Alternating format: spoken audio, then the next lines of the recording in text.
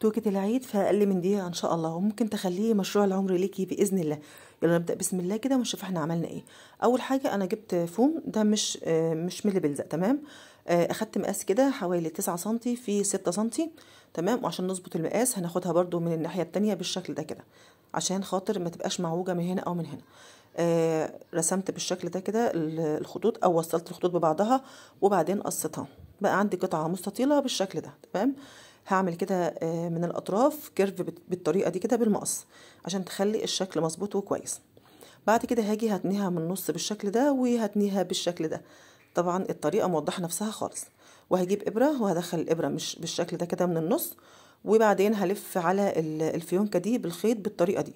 ممكن على فكره ما نستخدمش الابره خالص ونلف الخيط عليها زي ما انتم شايفين كده، وبعدين هثبت الخيط بالشكل ده، تمام.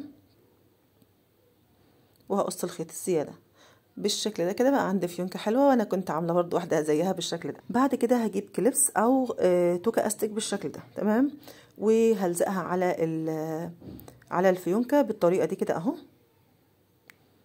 وبعد كده هجيب شريطه كده رفيعه بالطريقه دي كده، تمام. وهلفها على الفيونكه او على الكليبس من تحت كده بالشكل ده كده اهو. اداري الخيوط واخلي منها شكل حلو بالشكل ده كده، وهقص الزياده. طبعا الطريقه شرح نفسها مش محتاجه اي شرح خالص. وده كده شكلها بسيطه وسهله جدا، ما خدتش مننا وقت خالص ولا اي تكلفه. بنفس الطريقه عملت اللي هي الفيونكه بالتوكه الاستك. لزقت اول الاستك بالشكل ده بالشمع، وبعدين لفيت عليه شريط رفيعه خالص، وهلزقها وهقص الشريط الزياده. وبس كده خلاص، فكرتنا خلصت، ما خدتش مننا وقت ولا اي تكلفه. يا رب تكون الفكره عجبتكم. لو عجبتكم لايك وشير، واشوفكم على خير ان شاء الله. كل سنه وانتم طيبين.